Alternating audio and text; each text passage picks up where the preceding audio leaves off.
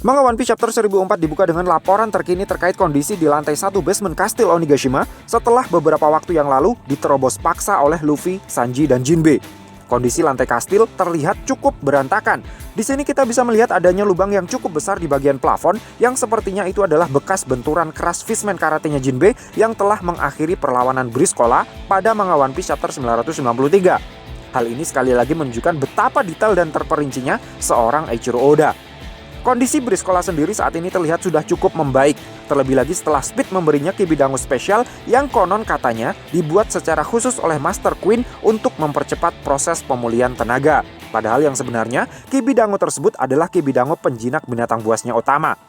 Hal itu terungkap dari cerita flashback yang menjelaskan tentang awal mula kenapa Otama bisa tiba-tiba berada di Onigashima. Dalam cerita flashback, diperlihatkan kalau Otama begitu menggebu-gebu ingin ikut membantu dalam pertempuran di Onigashima. Namun dia juga sadar kalau pihak pasukan aliansi pasti tidak akan mengizinkannya ikut. Makanya Otama meminta bantuan Speed untuk membawanya pergi ke Onigashima. Kemudian dengan menaiki kapalnya Speed, Otama dan juga Gazelman serta Daifugo secara diam-diam menyusul ke Onigashima. Selama perjalanan, Otama menciptakan banyak sekali stok Kibidango yang nantinya akan dibagi-bagikan untuk menjinakkan para gifters di Onigashima seperti yang Speed lakukan di awal chapter tadi. Nah, yang masih belum saya pahami, Otama ini sebenarnya sampai di Onigashima sebelum atau sesudah kedatangan pasukan aliansi. Di chapter ini, gambaran setting waktunya terlihat tidak begitu jelas karena langitnya tertutup mendung, sehingga tidak jelas apakah itu sore, siang, atau malam. Namun menurut logika saya, jika Otama datang sesudah kedatangan pasukan aliansi, seharusnya saat ini dia sedang dalam kondisi kelelahan karena dia baru saja menguras energinya untuk membuat begitu banyak Kibidango. Jadi menurut saya, dia pasti sampai di Onigashima sebelum pasukan aliansi tiba. Sehingga dia punya lebih banyak waktu untuk memulihkan energinya terlebih dahulu sebelum pertempuran dimulai. Terlebih lagi, jika memang bayangan hitam yang mengikuti Nico Robin dan Jinbe pada Manga One Piece Chapter 979 adalah Otama, maka Otama memang harus sampai di Onigashima terlebih dahulu untuk bisa melakukan hal semacam itu. Dan kemungkinan tersebut sangat besar peluangnya mengingat Speed adalah salah satu headliner yang bertugas untuk mengangkut makanan segar dari Paradise Farm, satu-satunya wilayah penghasil makanan segar di Kuri. Itu juga menjadi alasan kenapa Speed memiliki kapalnya sendiri.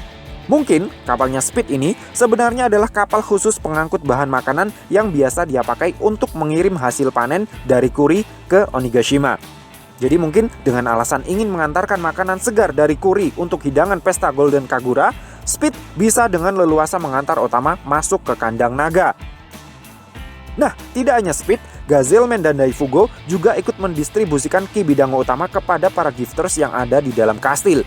Dilihat dari siapa yang dicekokinya, sepertinya Daifugo saat ini sudah sampai di lantai 3 kastil, di mana dia terlihat menjejalkan Kibidango ke mulut Poker dan Mizerka yang pada Manga One Piece Chapter 997 diperlihatkan tengah menunggu kedatangan Luffy di depan tangga penghubung lantai 3 dengan lantai 4 kastil. Di tempat lain, kita diperlihatkan pertarungan yang cukup intens antara Franky versus Sasaki. Keduanya terus saling jual beli serangan sampai pada momen di mana Franky tidak lagi bisa bergerak karena kaki dan tangannya dipegangi oleh armor trupnya Sasaki. Franky nyaris saja celaka gara-gara diseruduk oleh Triceratops jika saja Otama, Usopp, dan Nami yang menaiki Komachio tidak datang tepat waktu. Kedatangan rombongannya Otama yang dibuntuti oleh puluhan atau mungkin ratusan gifters ini membuat Franky sempat berpikir kalau kondisi yang sudah buruk akan berubah menjadi semakin buruk. Namun, apa yang terjadi setelahnya sangat jauh dari bayangan Franky. Para gifters yang berlari di belakang Komachio bukanlah sedang mengejar dan memburu Nami, Usopp, dan Otama. Mereka semua justru adalah bala bantuan baru yang dengan begitu patuhnya mengikuti semua perintah yang diberikan oleh Otama. Salah satunya, perintah untuk membantu Franky lepas dari cengkeraman para armor trupnya Sasaki. Para gifters yang sedang memegangi Franky terlihat langsung shock begitu melihat rombongan gifters yang baru datang justru melompat menyerang mereka. Kesempatan tersebut dimanfaatkan dengan sangat baik oleh Franky untuk bisa melepaskan dan menyelamatkan diri dari serudukannya Sasaki. Alhasil, yang terkena serudukan mautnya Sasaki justru adalah para anak buahnya sendiri. Nah, melihat para gifters menyerang gifters lainnya, Sasaki terlihat begitu bingung. Dia sama sekali tidak paham dengan situasi yang sedang terjadi di depan mata dan kepalanya itu. Sasaki menjadi lebih bingung lagi begitu melihat Ulti dan Page One datang sambil berteriak memberitahunya kalau para gifters tersebut adalah para pengkhianat. Karena suatu alasan, mereka semua kini bertarung untuk pihak aliansi. Ulti pun kemudian melompat ke arah Komachio, namun Nami langsung menghentikannya dengan menggunakan Thunderlance temponya. Serangan petirnya itu langsung berhasil membuat ulti terlempar dan terjatuh. Namun Nami bilang, serangan semacam itu masih belum cukup untuk bisa mengalahkannya. Dia butuh serangan petir yang voltasenya lebih tinggi lagi. Nah, dalam adegan ini, Nami bilang dia butuh petir yang tegangannya lebih besar kan? Satu-satunya sumber petir yang tegangannya jauh lebih besar dari klimataknya Nami, yang saat ini ada di Onigashima, hanyalah Zeus. Jadi mungkinkah perkataannya Nami ini adalah sebuah petunjuk kalau apapun yang terjadi nanti, Zeus pasti akan kembali ke pelukannya? Yang itu juga berarti kalau Big Mom tidak akan tewas dalam pertempuran di Onigashima ini. Karena jika Big Mom tewas, Zeus seharusnya juga akan tewas. Dan jika Big Mom tidak tewas, sementara Zeus bisa berpindah ke tangan Nami, itu berarti di puncak Perang Wano nanti kemungkinan besar akan ada momen penting yang akan membuat Big Mom berhutang budi kepada kelompok topi jerami. Patut untuk kita nantikan. Di saat yang bersamaan, God Usopp terlihat terus menembaki para Gifters anak buahnya Sasaki dengan menggunakan peluru khusus, yaitu Kibi Dangunya utama. Berkat skill sniper Usopp yang begitu luar biasa, tembakan-tembakan Kibi Dangunya tersebut bisa tepat masuk ke mulut dan langsung tertelan oleh para Gifters. Hal itu membuat para Gifters anak buahnya Sasaki tiba-tiba jadi berbalik arah melawannya. Sasaki pun terlihat semakin bingung melihatnya. Kondisi tersebut kemudian dimanfaatkan oleh Franky untuk menyerangnya. Dengan menggunakan serangan pedang yang dia sebut dengan Victory V-Flash, Shogun Franky langsung menerjang menusuk masuk tepat ke arah Sasaki. Serangannya kali ini sukses membuat darah segar keluar dari tubuh Sasaki. Tapi apakah serangan semacam ini sudah cukup berkhasiat untuk membuat Sasaki tidak bisa bangkit lagi? Saya pribadi justru meragukannya. Ada beberapa alasan yang membuat saya ragu kalau Sasaki sudah kalah. Pertama, Sasaki belum bertransformasi ke mode hybridnya. Jadi sangat disayangkan jika dia harus sudah kalah duluan. Kedua, Franky sama sekali belum mengeluarkan potensi terhebatnya. Dia terlihat masih main-main karena belum menggunakan modifikasi tubuh aslinya sendiri untuk bertarung. Dia baru menggunakan mode gaya-gayaan yang seharusnya bukanlah mode tempur terkuatnya. Namun, semua dugaan saya itu bisa saja salah, apalagi kalau ternyata lawan sebenarnya yang dipersiapkan oleh Eiichiro Oda untuk Franky memang bukanlah Sasaki, tapi orang lain. Queen misalnya.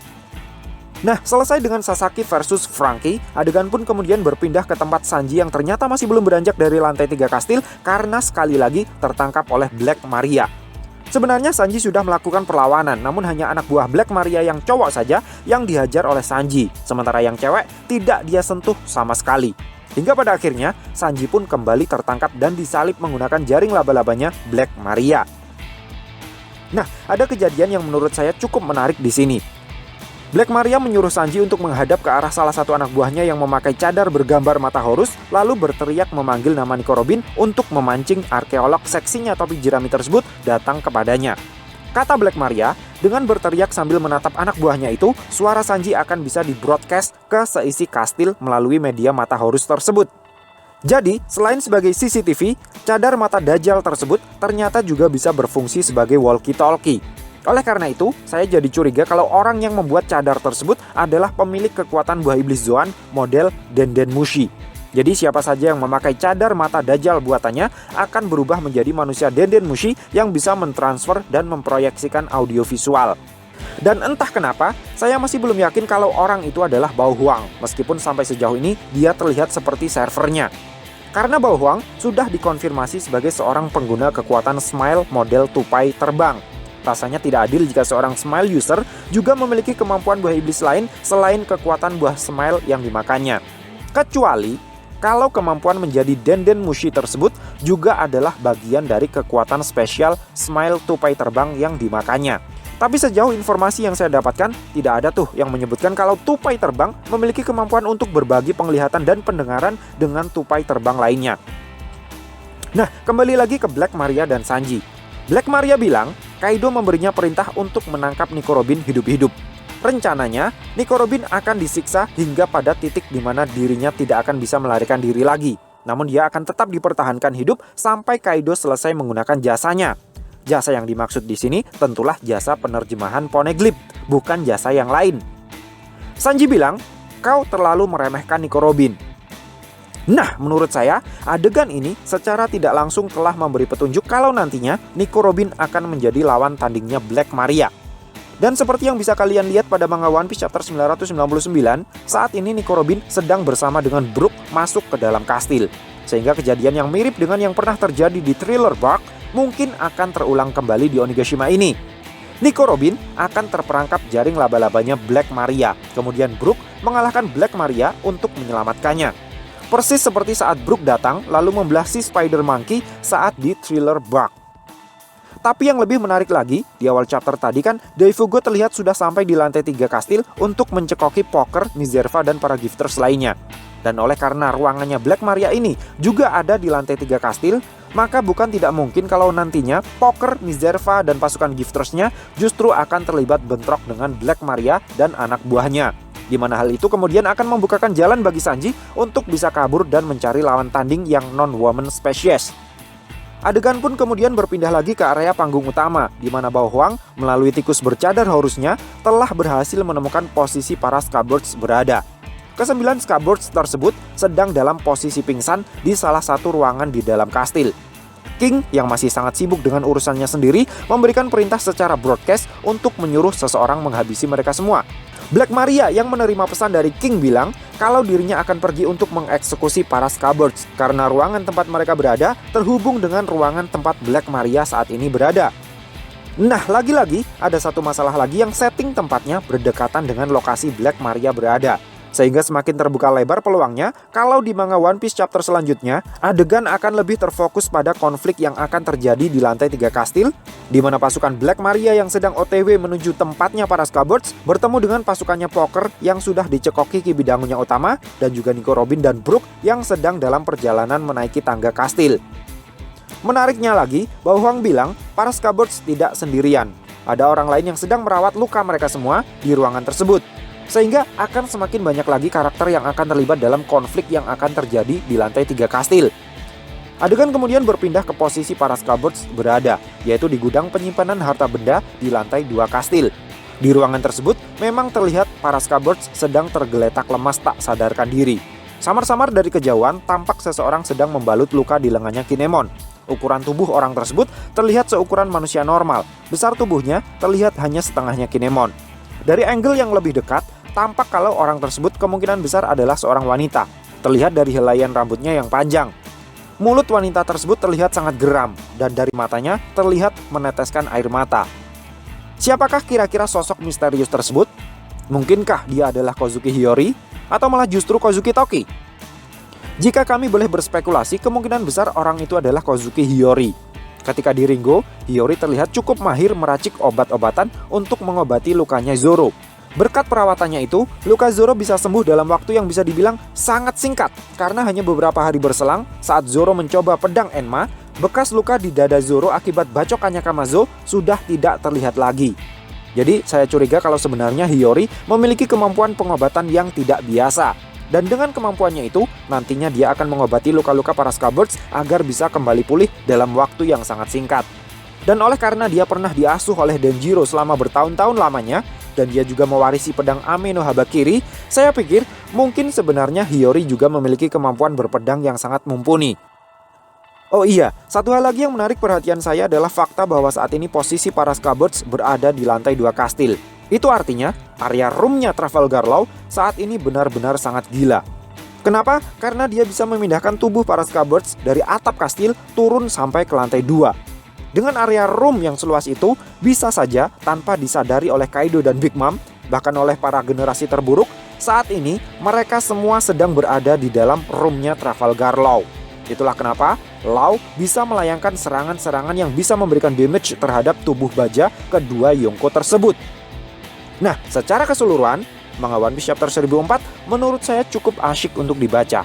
Namun karena ekspektasi saya untuk bisa melihat wujud hybridnya Kaido tidak terkabulkan di chapter ini, malahan masih harus menunggu minimal 2 minggu lagi lebih lama untuk bisa melihatnya, saya pikir manga One Piece chapter 1004 hanya layak untuk diberi rating 5 dari 5. So, piye menurutmu cah? Terima kasih sudah mampir ke channel kami. Jangan lupa like, share, dan subscribe jika menurut kalian video-video kami juga menarik untuk ditonton. Sampai ketemu lagi dalam video kami yang berikutnya. And matur nuwun!